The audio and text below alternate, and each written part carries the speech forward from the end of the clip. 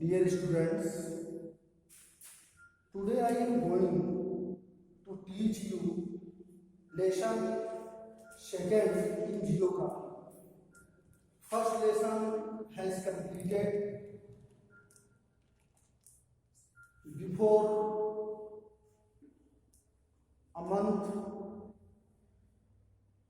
Now I am going to teach you lesson second, minerals and energy resources. As you know, minerals means खनिज पदार्थ and energy resources means ऊर्जा के स्रोत या शक्ति के स्रोत या शक्ति के संसाधन. तो all type of natural resources are not found on or above the surface of the earth. Many types of natural resources are hidden deep below the surface of the earth on which we live.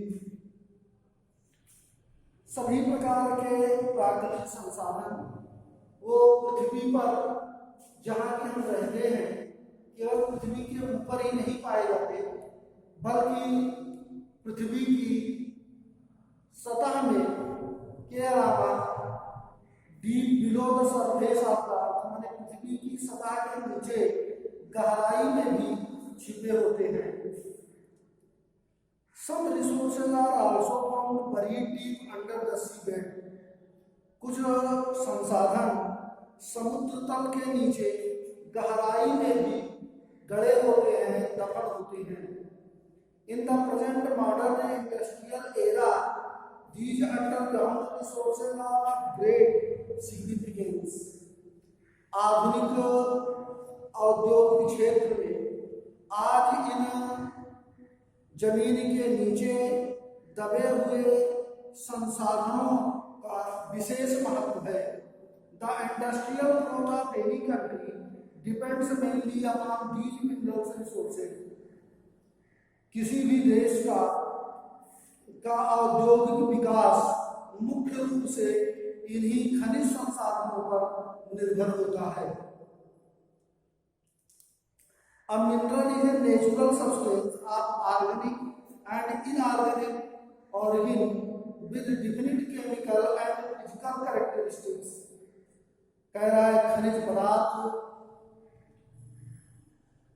भौतिक तथा रासायनिक कुछ निश्चित लक्षणों वाले कार्बनिक तथा अकार्बनिक पदार्थ के रूप में प्रकृति में पाए जाते हैं. तो हमारे खनिज संसाधन जो हैं हमारे औद्योगिक क्षेत्र में उनके बिना आगे बढ़ना विकास करना संभव नहीं है. Importance of minerals. Importance means महत्व माने खनिज पदार्थों के महत्व. जैसा कि हम जानते हैं कि खनिज शब्द ही यह प्रकट करता है कि हम अपने भोजन के रूप में भी खनिज पदार्थों को लेते हैं.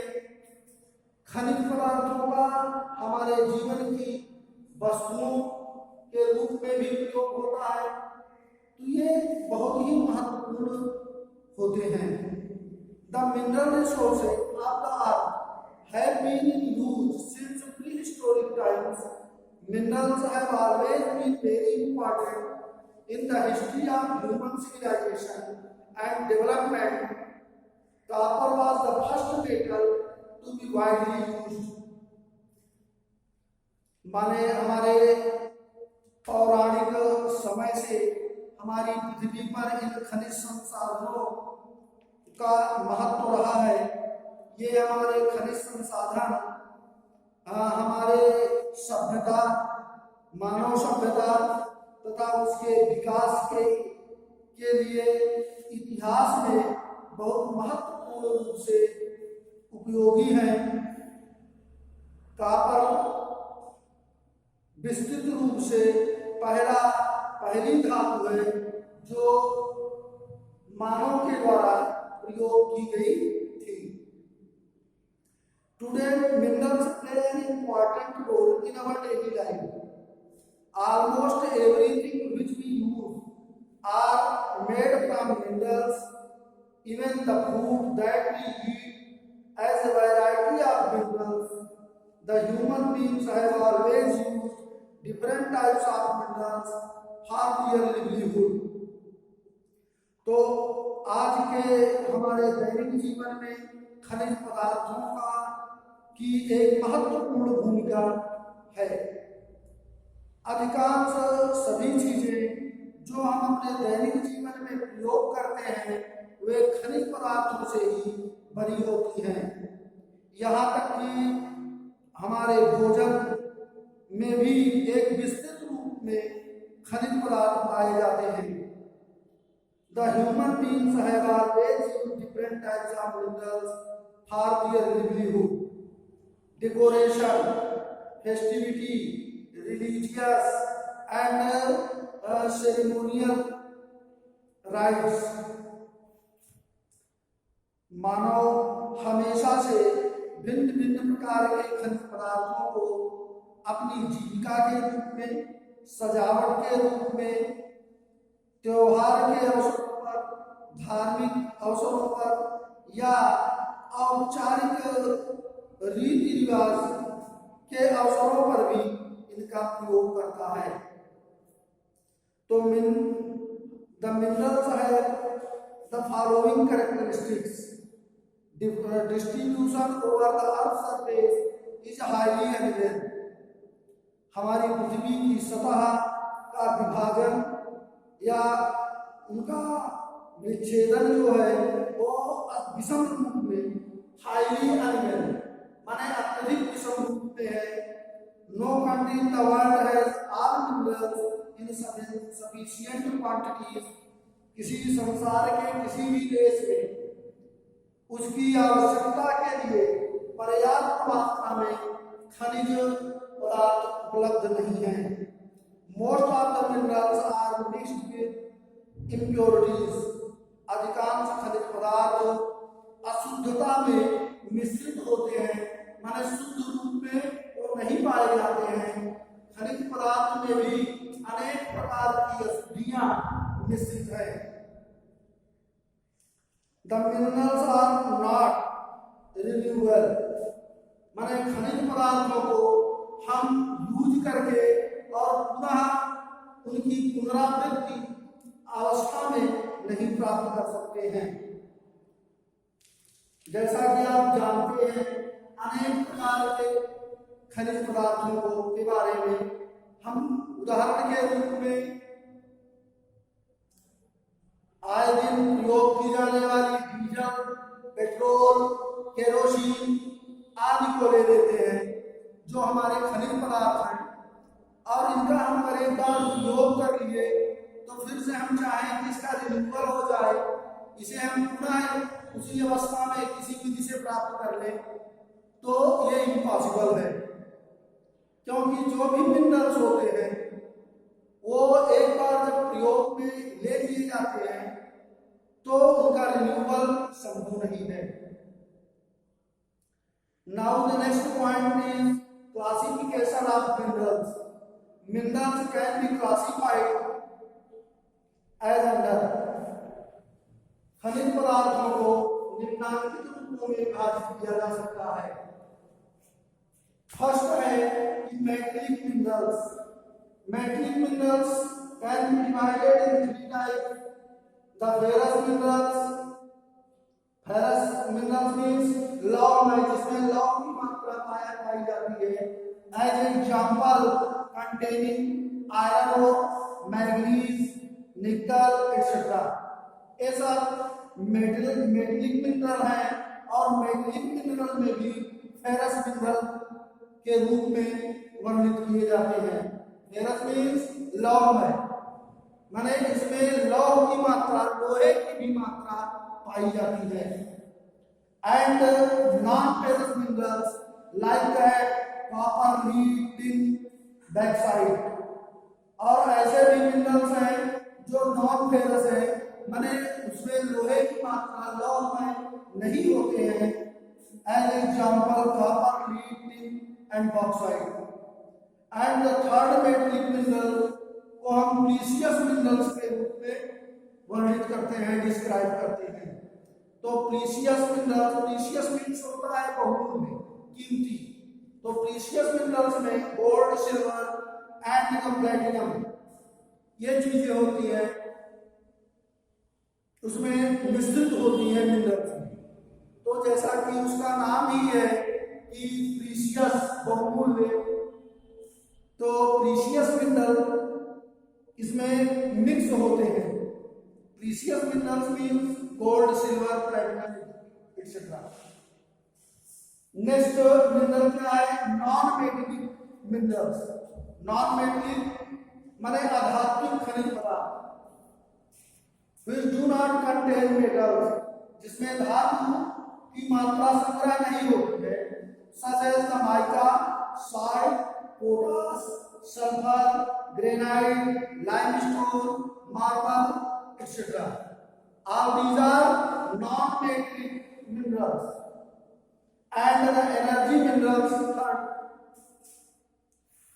energy minerals include the coal, petroleum and natural gas. Energy minerals के अंतर्गत हमारे कोयला, पेट्रोल और नेचुरल गैस आते हैं। इसी पर next point, mode of occurrence of minerals.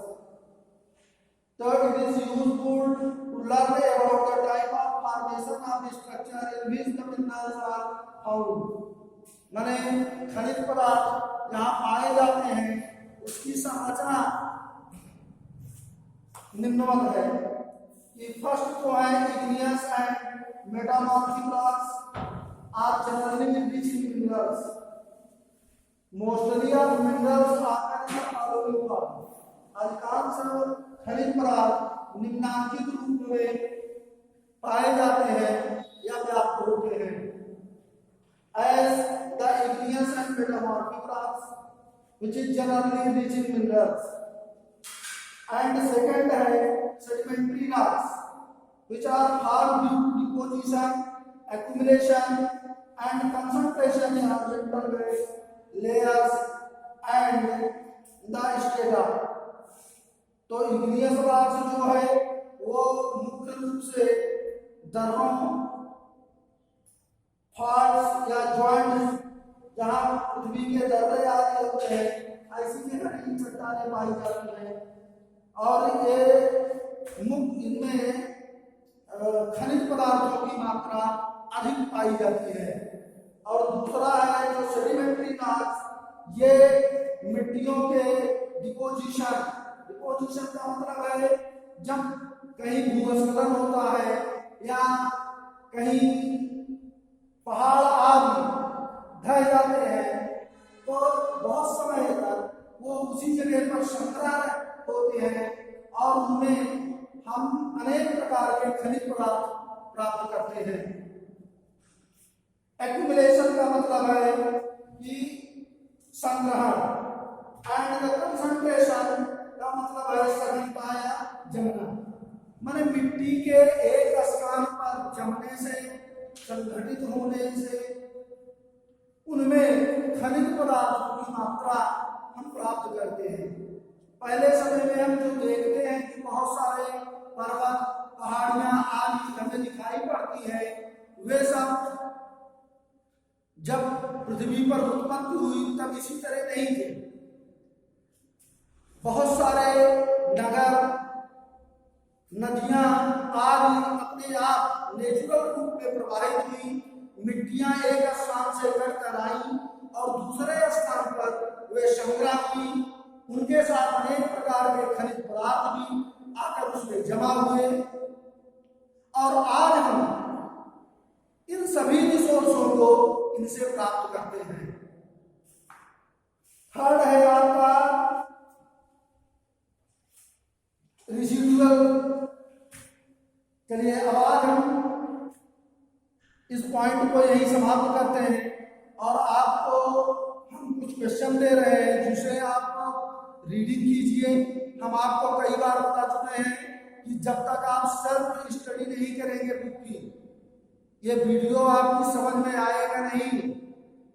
अब आप लोग 10th क्लास के स्टूडेंट हैं, इसलिए सेल्फ स्टडी कीजिए and underline the main points in your book and make self many questions.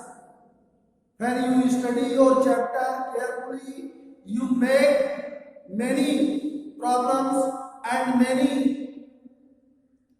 new knowledge. Okay? तो चलिए होमवर्क के लिए क्वेश्चन नोट कीजिए. Open your copy and pen. Are you ready? Answer the following question. What is a number? What is a mineral? First question note कीजिए. And second question, what is the importance of minerals? Third, write some characteristics of minerals. Fourth, write a short note on classification of minerals. तो इस तरह से minerals के बारे में आपको बताया गया. अब इसको आपको बुक से चैप्टर रीडिंग करके आना है. कल हम आपको मिनरल्स के बाद रिसोर्सेज ऑफ एनर्जी भी बताएंगे कि एनर्जी कैसे, एनर्जी के संसाधन क्या है, कैसे प्राप्त होते हैं, इनका उपयोग क्या है, इनका हमारे दैनिक जीवन में क्या लाभ है आदि के बारे में. तो चलिए आज की क्लास यही समाप्त की जाती है. Well done. I meet you next day.